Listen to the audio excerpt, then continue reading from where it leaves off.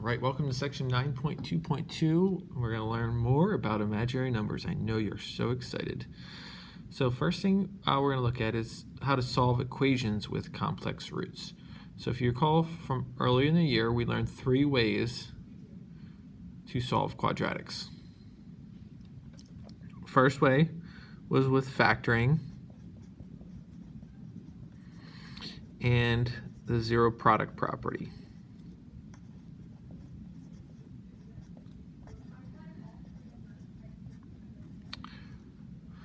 Unfortunately, quadratics with complex roots, which would be like those imaginary roots, or complex or real with a imaginary number, are not factorable.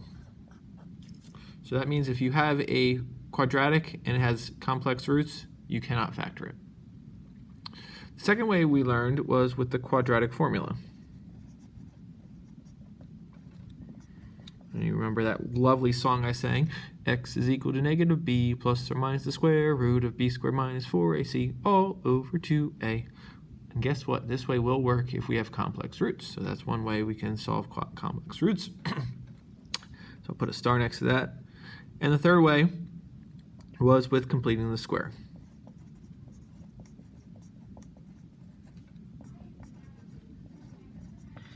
And guess what? You will also be able to solve for complex roots with completing the square. So now we're going to have 2 options, quadratic formula, and that's quadratic formula, and completing the square.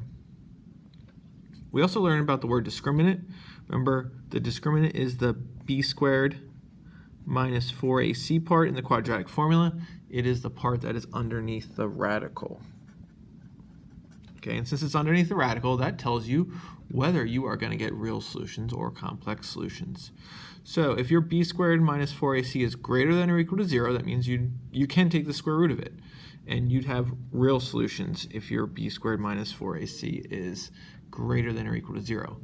If your b squared minus 4ac is less than 0, before we'd always say no solution because you couldn't take the square root of a negative number, but now we know we can. And so if you have that and your discriminant is less than 0, you will get complex solutions. And remember, complex solutions just means you have a real number with an imaginary number together. All right, so then, number 1, we're going to decide which of the following equations have real roots and which have complex roots without solving them. Use the graph or discriminant to help you determine this. So we're going to do this a couple ways.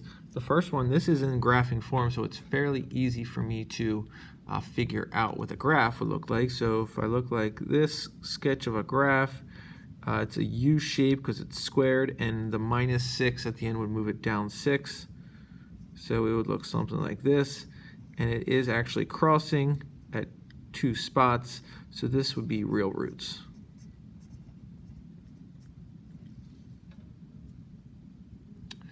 If I looked at the second one, again, I could do discriminant, but to me it's just easier to think about a quick sketch. This is still a U-shaped parabola because it's squared, but now it's moved up 6, and now it's not actually crossing the x-axis. So these would give you the complex roots.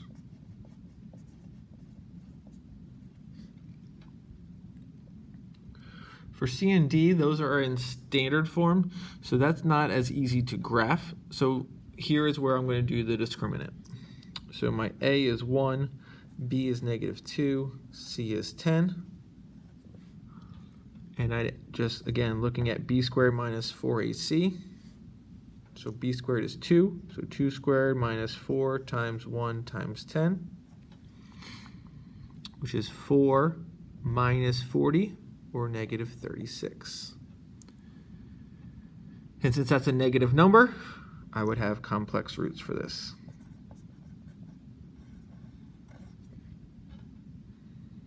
And then for letter D, again, it's in standard form, so I am going to, again, also look at the discriminant. So it's almost the same thing, only now we have a minus 10. So A is 1, B is negative 2, C is negative 10. So as I look at b squared minus 4ac, it'd be 2 squared minus 4 times 1 times negative 10,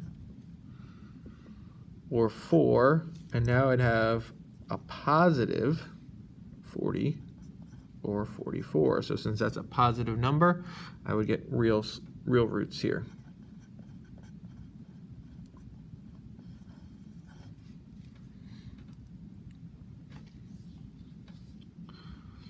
All right, as we go on to number 1 here for the examples, now it says we're actually going to solve the quadratic using one of our 3 methods above. So again, still look to see if it's factorable, because we're not saying that they're not factorable. It's just if it's not a real answer, then it's not factorable. So in this case, let's think about if this is factorable or not. Is there something that multiplies to 5 that adds to -4? Well, multiplies to 5 is 5 and 1, but since it has to multiply to be positive, they both have to be positive or both have to be negative, which I couldn't get -4 that way. So this is not factorable. And so I could either complete the square or I could do the quadratic formula. So what I am going to do is I will do the quadratic formula for this one because it's already fully in standard form. So do A equals 1, B equals -4, C equals 5. So lovely song. We also have it up top here. X is equal to -b, so that'd be +4 plus or minus the square root of -4 squared minus 4 times 1 times 5 all over 2 times 1. And so off to the side here, I'm going to look at my discriminant. -4 squared is 16. And then a negative times a positive is negative. So don't worry about the sign anymore. 4 times 1 is 4 times 5 is 20. So I end up with the discriminant of -4. So the square root of -4. Well, I now just need to figure out what that would be simplified. So remember, I would break this down as a square root of 4 times the square root of -1. So that would give me 2i. So I would simplify this to 4 plus or minus 2i, all divided by 2 times 1 is 2. And then I can do my heart method here and simplify each of these terms by dividing them by 2. So my final answer would be 2, 4 divided by 2 is 2, plus or minus 2 divided by 2 is 1, so it's just 1i or I. 2 plus or minus I. For number 2, I would undo this problem now because it's already kind of set up for that. So to undo, I would take the square root. And so the square and the square root cancel out. X plus 3 equals, and now again, square root of -4 we just found was 2i. But don't forget your plus or minus 2i. Because we still did take the square root. We still need the plus or minus. Then I would subtract 3. And I would get x equals -3 plus or minus 2i. Remember, that is 2 answers. And again, normally we just put our real number part first.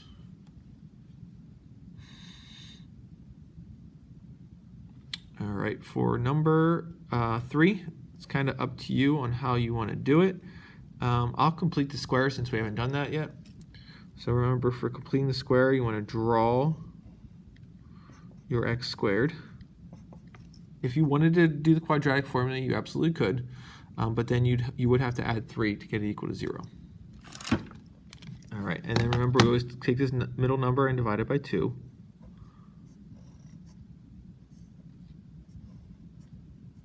So that'd be plus 1.5 plus 1.5. Then we have to figure out how many little ones blocks are needed to fit in. 1.5 times 1.5 is 2.25. So we are missing 2.25 here. So as I go ahead and write this out, I would have the equation x plus 1.5 quantity squared minus 2.25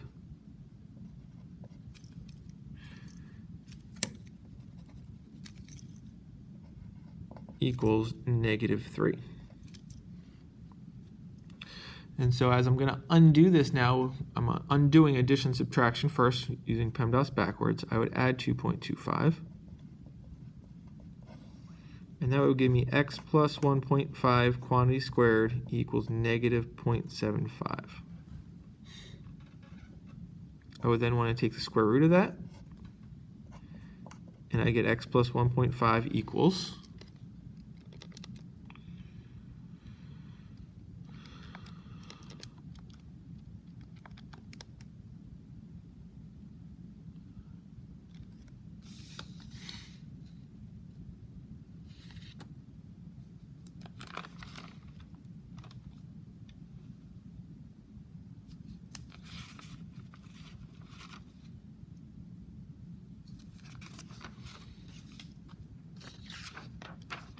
so we get 0.866, but plus or minus 0.866. And then I would have to subtract 1.5. So I would get two answers. And that needs an I with it, because it was negative. So I would just write it as negative 1.5 plus or minus 0.866i. Or if you wanted to leave it in radical form, you could write it as x equals negative 1.5 plus or minus I times the square root of 0.75.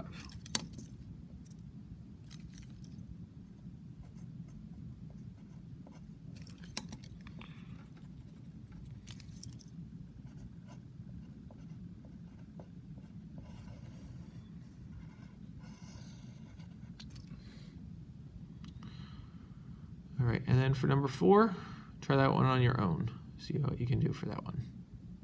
But you do have to kind of do a little work. You're going to have to get it equal to 0. Actually, we'll do this one together. You have 2 to try on your own next. All right, for number 4, I personally would want to get rid of the 2 here. So I would multiply the entire equation by 2, which would give me x squared equals 10x minus 34. I would then probably just get it equal to 0. So minus 10x and plus 34. And again, remember we want to always keep the x squared positive. And there is nothing that multiplies to 34 that adds to negative 10. So factoring is out of the question. If you wanted to complete the square, you absolutely could. You could also do the quadratic formula. I think I'm going to do the quadratic formula here. So my a is 1, my b is negative 10, and c is 34.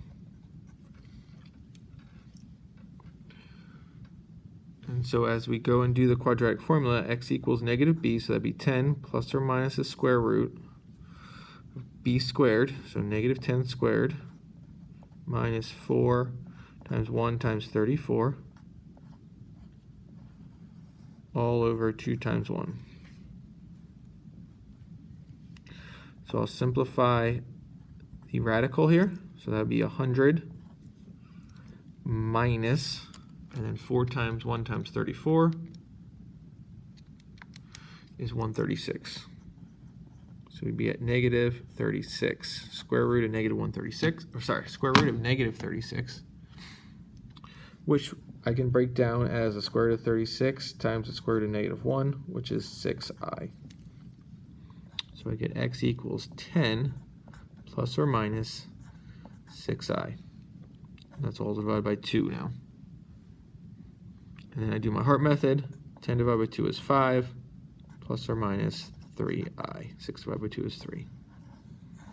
All right, so try 23. Top of page 23, try these 2 on your own, 5 and 6. Try them on your own.